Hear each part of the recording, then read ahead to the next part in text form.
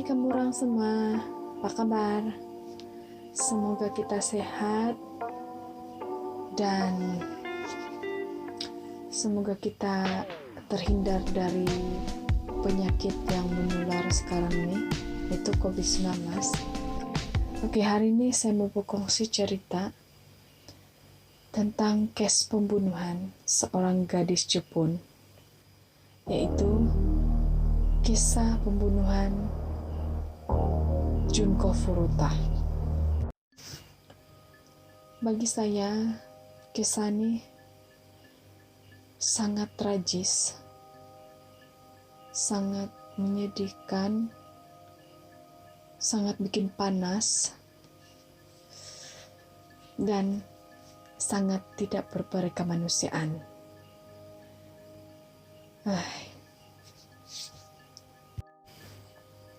Junko Furuta belajar sambil bekerja separuh masa.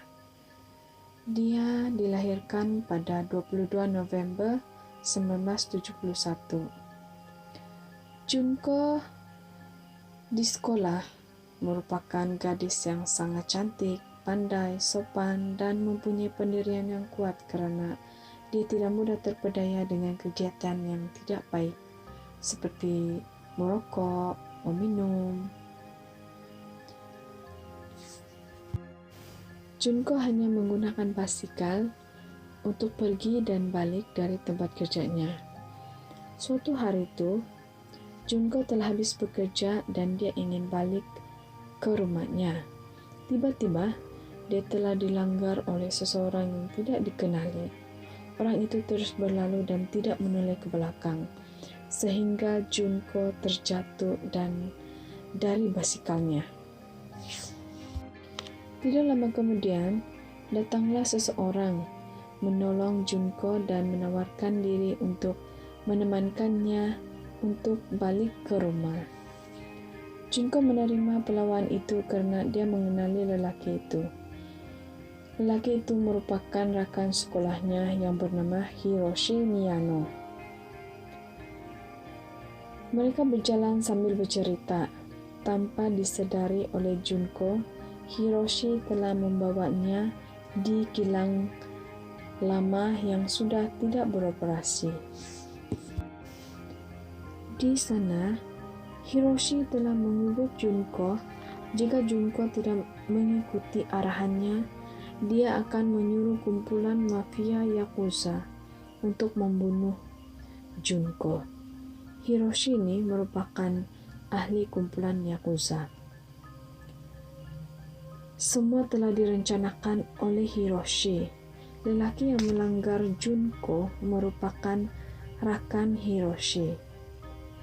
Hiroshi akhirnya menolak Junko masuk ke dalam kilang dan memperkosanya. Selepas selesai di kilang lama, Hiroshi membawa Junko ke hotel dan memperkosanya lagi. Hiroshi juga merupakan pelajar lelaki yang populer juga di sekolah. Dia suka bertukar-tukar pasangan, dan Hiroshi juga pernah menyukai Junko dan mengajaknya untuk keluar bersama. Namun Junko menolak pelawaan Hiroshi dengan sopan. Dari situ, Hiroshi berdendam kepada Junko karena Junko merupakan perempuan pertama yang menolak pelawaannya. Di hotel, Hiroshi memperkosa Junko berkali-kali, dan sehingga dia puas, Hiroshi telah menghubungi rakan-rakannya dan membawa Junko ke taman pada jam 3 pagi. Rekan-rekan Hiroshi, yaitu Shinji, Yasushi, dan Jo, sangat teruja dengan apa yang dilakukan oleh Hiroshi kepada Junko, dan mereka bertiga juga ingin melakukan hal yang sama kepada Junko.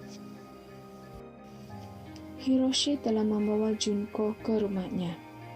Ibu bapak Hiroshi tidak peduli dengan kegiatan Hiroshi karena mereka juga takut akan disakiti oleh Yakuza jika Hiroshi melaporkan mereka kepada Yakuza.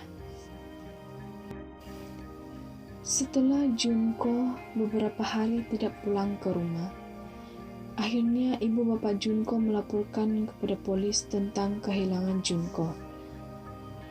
Semasa di rumah Hiroshi, Junko telah dipaksa menelepon keluarganya memberitahu kepada mereka bahwa dia dalam keadaan yang baik dan ingin bersendirian, dan meminta supaya tidak mencari keberadaannya. Junko juga dipaksa untuk memberitahu ibu bapaknya supaya menarik balik laporan polis yang dibuat, dan ibu bapaknya akur kepada permintaan Junko. Jadi polis terpaksa menghentikan operasi pencarian terhadap Junko. Di rumah Hiroshi, Junko telah diperkosa setiap hari, dipukul setiap hari, dan tidak diberi makan berhari-hari. Dipercayai hasil siasatan, Junko dijadikan seperti barang mainan. Junko digantung seperti beg tinju dan ditumbuk, ditendang berkali-kali, dan pernah juga Junko dibaringkan di lantai dan badannya dijatuhkan mabel. Tidak cukup dari itu, tubuh Junko disakiti dengan api rokok, lilin, dan pemetik api. Junko juga dipaksa memakan serangga, memakan najisnya, dan meminum air kencingnya sendiri. Yang sangat mengerikan, di bahagian kelamin Junko dimasukkan besi, bob lampu, gunting, dan pemetik api kayu yang masih menyala. Junko hanya berteriak dan menangis menghadapi penyiksaan itu setiap hari. 3 minggu kemudian, Junko berjaya mendapatkan telepon. Dia coba menghubungi polis, namun Hiroshi tiba-tiba datang merampas handphone tersebut. Dan sekali lagi, Junko disiksa dengan lebih teruk lagi. Junko mengalami pendarahan yang sangat teruk, sehingga tubuhnya mengalami sawan. Junko juga pernah dibiarkan tidur di balkoni pada musim sejuk tanpa selimut. Junko pernah meminta untuk dibunuh, tetapi pelaku masih teruja untuk menyiksa dia. Melihat wajah dan tubuh Junko yang penuh dengan lebam menjadi buruk, gairah seksual para pelaku hilang dan mereka mencari wanita lain lagi untuk diperkosa. Tetapi gadis baru yang diperkosa itu dilepaskan, tidak seperti Junko. Pada 4 Januari 1989, salah satu pelaku cabar Junko bermain mahjong. Junko telah menang dalam permainan tersebut. Lelaki itu marah dan menyiksanya dengan sangat teruk. Dia menitiskan lilin ke mata Junko dan memukulnya dengan benda keras. Selepas itu, Junko dipaksa berdiri dan kakinya dirotan dengan bambu. Akhirnya Junko pingsan dan mengalami sawan serta mengalami pendarahan lagi. Di seluruh tubuh Junko terdapat banyak nanah dan darah serta lebam-lebam. Junko disiksa lagi oleh pelaku. Mereka menuang minyak tanah dan membakar separuh tubuh Junko. Kejadian tersebut berlaku selama 2 jam. Junko tidak dapat menahan kesakitan yang dialaminya. Akhirnya dia meninggal pada 5 Januari 1989. Jasad Junko dimasukkan di dalam bagasi besar dan dimasukkan lagi ke dalam sebuah drum, diisi dengan simen dan dibuang di tanah terbiar di kota Tokyo. Akhirnya Hiroshi mengakui perbuatannya kepada polis.